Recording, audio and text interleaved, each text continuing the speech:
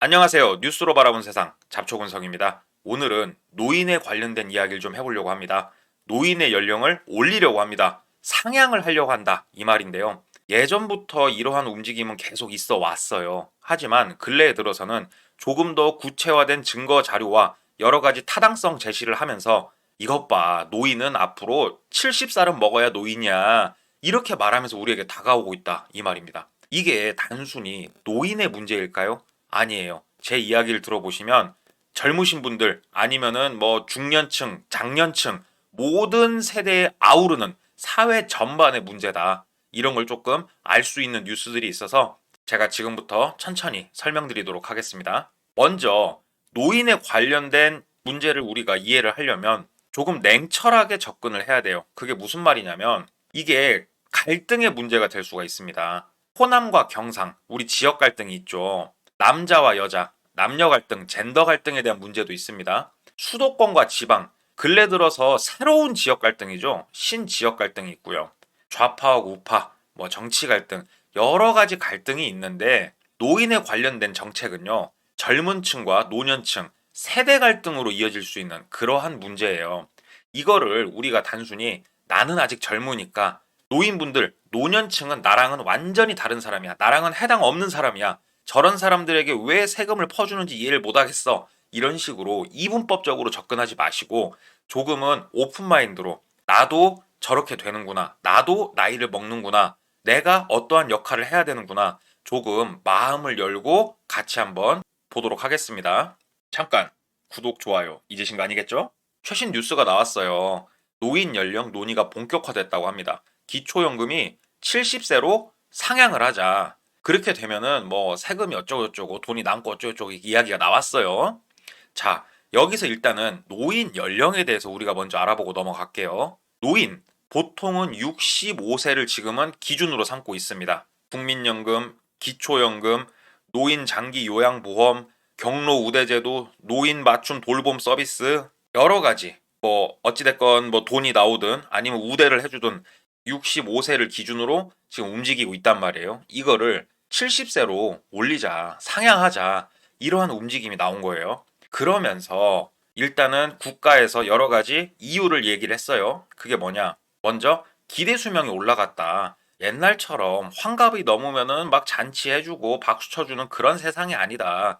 지금은 100세 시대고 평균 연령이 80대 초중반까지 올라간 그런 사회다. 65세는 청춘이다, 청춘. 그러면서 기대 수명이 증가했기 때문에 노인 연령 변경이 필요하다. 또 60세 중반은 신체적, 정신적으로 아직 팔팔하고 일할 수 있는 나이다. 놀고 쉬고 할 나이가 아니다. 그리고 이 사람들은 오랫동안 일을 해왔기 때문에 풍부한 노하우, 숙달된 업무, 아주 준비된 사수들이다. 사회에서 일을 해서 굉장히 전문화된 노동력을 제공할 수 있는 그런 사람들이다. 이렇게 얘기를 하고 있어요. 여기에 노인들 스스로 지금 60대를 노인이라고 정의를 했을 때 노인들 스스로도 60대 사람들은 나는 노인은 아니야. 나는 아직 노인은 아니야. 청년이야, 청년. 나는 아직 팔팔해. 이렇게 말하는 사람이 많다고 하고 60대인 사람들 나는 조금 더 일하고 싶어. 벌써 정년을 하긴 싫어. 나 이렇게 팔팔하고 나 이렇게 건강하고 아직도 일을 정말 잘할 수 있는데 왜 그만두라고 하는 거야. 나 이거 정말 싫다. 이렇게 이야기를 하기 때문에 70세로 높이려고 한다 이건데, 자, 여기까지는 뭐 빛 좋은 개살구고 갖다 붙인 이유들이고요. 실제 그 속을 들여다보면 결국은 6.8조 돈입니다. 돈. 돈 때문에 그런 건데요. 자, 돈 가지고 한번 접근을 해봤어요. 65세에서 70세로 노인에 대한 기준을 상향을 하게 되면 어떠한 재정 절감 효과가 있냐. 23년을 기준으로 보게 되면은 6조 3,092억이라는 어마어마한 돈이 세이브가 24년, 바로 작년이죠. 70세로 상향을 하게 되면 6조 8,027억이라는 돈이 세이브가 됩니다. 이게 매년 해가 거듭할수록 이 돈이 점점 커진다는 거예요. 그래서 70세로 바꿔야겠다. 돈이 없다. 이렇게 이야기를 하는 겁니다. 아니, 지금 돈이 없다. 이런 이야기를 예측을 못했어? 예전부터 이거는 충분히 예측할 수 있는 문제였잖아요. 그런데 왜 근래 들어서 갑자기 더 예민하게 이런 문제가 나올까? 제가 일전 영상에서 몇 번 다룬 게 있습니다. 일단은요, 국가에 세수가 펑크가 났습니다. 돈이 모자라요. 그러니까 온갖 복지 자금들을 전부 다 지금 삭감을 하거나 아니면은 못 받게 상향을 하든가 이러한 움직임을 보이고 있다 이겁니다. 세수가 펑크가 났기 때문에 조금 더 서둘러서 이러한 노인에 대한 연령 상한을 진행을 하려고 한다. 그렇게 볼 수가 있는 거고, 여기에 더불어서 아주 원초적인 근본적인 문제가 있었죠. 역피라미드 상황입니다. 너무 잘 아는 것들이죠, 이거는. 노년층, 베이비붐 세대가 지금 노년층으로 올라서면서 제대로 역피라미드가 벌어졌어요. 원래는 뭐 알맞게 이런 뭐 직사각형 모양으로 우뚝 세워져 있던지 아니면 역피라미드라고 하더라도 조금은 이런 식으로 항아리 모양이라고 해야 될까요? 이런 식으로 가야 되는데 그게 아니죠, 지금. 노년층이 너무 많습니다. 그리고 청년, 장년층은 상대적으로 숫자가 매우 적어요. 청소년 유아는요, 이게 뭐 다른 나라에서 걱정할 정도로 지금 적은 상황인데 이러한 근본적인 사회 구조 속에서 과연 이 적은 숫자가 많은 숫자를 부양을 할 수 있냐? 이 사람들에게 돈을 뜯어서 이 많은 사람들에게 돈을 줄 수 있냐? 이러한 근본적인 해결하기 너무 힘든 문제가 눈앞에 펼쳐져 있다. 이건데요. 다 좋아요. 그래요. 원론적으로 이런 문제가 있고 우리가 예측을 했으나 실제는 달랐고 여러 가지 말들은 다 좋습니다. 이러한 이유들을 가지고 우리가 생각을 하기 앞서서요.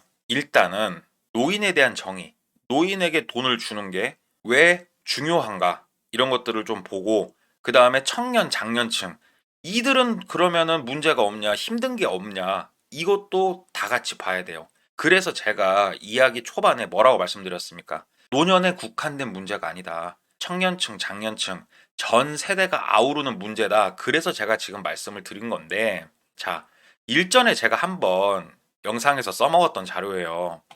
0세에서 25세, 우리 진짜로 눈 떠가지고 유치원 다니기 시작하면서 대학교 졸업할 때까지 줄기차게 공부하죠. 뭐 거의 자유가 없습니다. 유아기 학생으로서 공부하고 공부가 끝날 때쯤 되면은 취업해야 되니까 사회 진출 준비하고 이러한 시간 25년을 보내게 됩니다. 그렇게 우여곡절 끝에 취업을 했어요.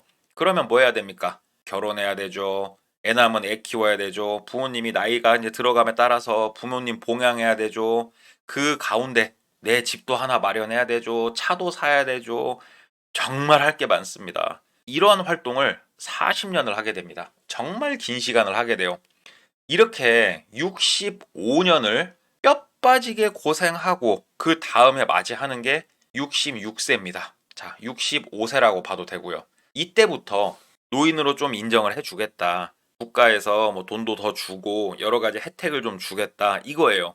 66세부터 75세. 이때가 우리가 일평생을 살면서 무슨 시간이냐? 그나마 건강하고요. 체력이 받쳐주는 마지막 나이입니다. 해외여행이라도 아니면 국내 여행이라도 친구들 만나서 골프라도 한 게임 치든 당구를 한 게임 치든 젊을 때와 비슷하게 뭔가 여가 생활을 보낼 수 있는 마지막 나이입니다. 이때가. 이게 10년입니다. 10년. 내 일평생에 정말로 뼈 빠지게 고생해놓고서 마음을 좀 내려놓고 편안하게 보낼 수 있는 시기가 딱 10년이에요. 이 10년이 지나잖아요. 그러면은 76세부터 평균 나이 84세까지 신체적으로, 물리적으로, 정신적으로 노안이 강해서 뭔가 크게 움직인다든지 예전처럼 뭘 할 수가 없는 나이예요. 이런 상태로 우리가 9년 정도를 보내게 됩니다. 어때요? 한평생 열심히 일하고 열심히 공부하고 세금 내고 진짜 이렇게 개같이 살았는데 이렇게 내가 살아온 인생에서 딱 10년 정말로 편하게 좀 지내겠다는데 소일거리 하면서 자유롭게 편안하게 지내겠다는데 이거를 지금 안 된다고 이야기를 하는 거예요. 그 이유가 돈이 없어서 이래라. 이 10년도 너한테는 아깝다. 이거예요. 지금 이 이야기를 하는 건데 자, 노년층의 입장 어떠세요? 이해되시죠? 이게 싫어요. 이건 아니잖아요. 그런데 노년에 대한 문제만 있냐? 아니죠. 지금 보시면 26세부터 65세 이 가운데 낀 사람들도 미치고 환장하는 그런 대환장 파티가 열린 건데요. 여기서 보면요. 일단은 양육에 대한 문제가 있습니다. 그리고 집 마련에 대한 문제가 있고요. 양육 문제가요. 요즘 미쳐요. 그게 왜 그러냐면 일단은 애들 숫자가 너무 줄고 있죠. 사람들이 애를 안 낳아요. 왜? 양육이 너무 빡세요. 아니, 야, 사람이 애 낳아서 애 키우고 그게 뭐 하루 이틀 일이야? 요즘 애들은 정신머리가 썩었어. 힘든 거는 아무것도 못해. 이렇게 말씀하실 게 아니에요. 요즘은요, 왜 애 키우기가 힘드냐면요. 제가 정말로 냉정하게 요즘 초등학생들, 뭐 유치원까지는 안 가고요. 초등학생 정도 된 애들이 학교 안에서 어떻게 서로를 비교하고 있나 너무 명확하게 하나 가져왔어요. 먼저, 너 어디 아파트 살아? 무슨 동 살아? 니네 집 얼마야? 아파트 브랜드. 이걸 애들이 서로 물어봅니다. 그리고 아파트를 물어봤어. 아파트가 괜찮아요? 그럼 그 다음에 묻는 게 뭐냐? 니네 집 자가야, 전세야? 진짜로 애들이 이거 물어봅니다. 초등학생들이 물어봅니다. 자, 여기까지 호구조사 했으면은 니네 아빠 차 뭐 타? 국산차야? 외제차야? 외제차면 뭐야? 국산차면 어떤 건데? 얼마짜리 차야? 이 얘기를 서로 합니다. 이거 진짜 찐 팩트입니다, 이거. 여기에 요즘 초등학교는요, 우리 옛날에 다니던 초등학교랑은 달라요. 국민학교 때랑은 다르다 이겁니다. 그게 뭐냐면 학기 중에 정식적으로 요청을 해서 부모님하고 현장 학습 이런 개념으로 학교를 안 나갈 수가 있어요. 집이 좀 부유하고 잘 살고 시간적으로 여유가 많은 집은 학기 중에 애들을 데리고 해외여행을 많이 나갑니다. 그런데 부모님이 맞벌이고 시간도 없고 돈도 조금 쪼들리는 그런 집은 여행을 못 가요. 그러면 애들이 야, 너는 어디 가지도 않냐? 니네 집 못 살아? 이런 이야기가 나온다 이거예요. 개근상을 받으면 학기 중에 꼬박꼬박 학교를 다 나가면 거지 취급을 받는 그런 세상이 됐습니다. 여행을 꼭 가야 하는 그런 문제도 발생을 했고요. 아기가 학교 갈 때 입고 가는 옷, 신발, 브랜드가 어디 건지, 또 니네 엄마 아빠 무슨 일해? 아빠 의사야? 뭐야? 이렇게 또 물어봐요. 미치죠? 거짓말 같죠? 몇몇 사람들의 이야기 같죠? 아니요. 이거 제가 애 키우면서요. 진짜로 충격을 여러 번 제가 먹어서 너무 잘 알거든요. 저뿐만이 아니고 제 주변 친구들, 지인들도 다 충격 먹었어요. 야, 초등학교에서도 요즘은 애들이 이런 거 호구조사라는구나. 이런 걸 보면서 너무너무 충격을 받았고, 여기에 추가적으로 애들 요즘 핸드폰, 뭐 키즈폰, 아니면 저가폰 이런 거 쓰는 줄 아십니까? 애플 써요. 아이폰 쓰고요. 막 태블릿 같은 거, 우리 뭐 맥북이라고 하나요? 뭐 아이패드? 그런 거 써요. 그거 안 쓰면은 조금 뒤처지는 애로 그렇게 인식이 돼버리고요. 학원도 몇 개를 다니는지, 얼마짜리를 다니는지, 학원을 어디 다니냐에 따라서 애들이 또 뭉쳐집니다. 예. 그리고 이러한 모든 것들을 SNS에서 자랑을 하기 시작을 했어요. 이러니 애 키울 맛이 나냐고요. 서로 비교를 못해서 안달인 세상이 돼버렸는데 애 키우기가 쉽겠냐고요. 애 하나 키우는데 돈이 엄청나게 들고요. 본인의 시간도 들고 막 그래요. 자, 다 좋습니다. 이런 상황 속에서도 우리 부모님들 열심히 애 키우고 있고 저도 열심히 애 키우고 있습니다. 그런데 나는 뼈가 가루가 돼도 좋아. 내 자식만큼은 밥 안 굶고 좋은 옷 입고 그렇게 공부를 했으면 좋겠어서 열심히 일을 하는데 우리 사회가 어떠죠? 희망퇴직. 희망퇴직. 홈플러스도 희망퇴직. LG 디스플레이 희망퇴직. 회사를 오래 못 다녀요. 예전처럼 뭐 60세, 62세 이렇게 다닐 수 있는 회사가 요즘 별로 없어요. 물론 사회적으로 지금 어려운 시기입니다만 열심히 최선을 다해서 살아보고 싶은데 집도 사야죠. 애 키워야 되죠. 그런데 회사 다닐 수 있는 시간은 짧아지죠. 자영업을 하자니 망하는 사람 많죠. 악순환이 와버린 거예요.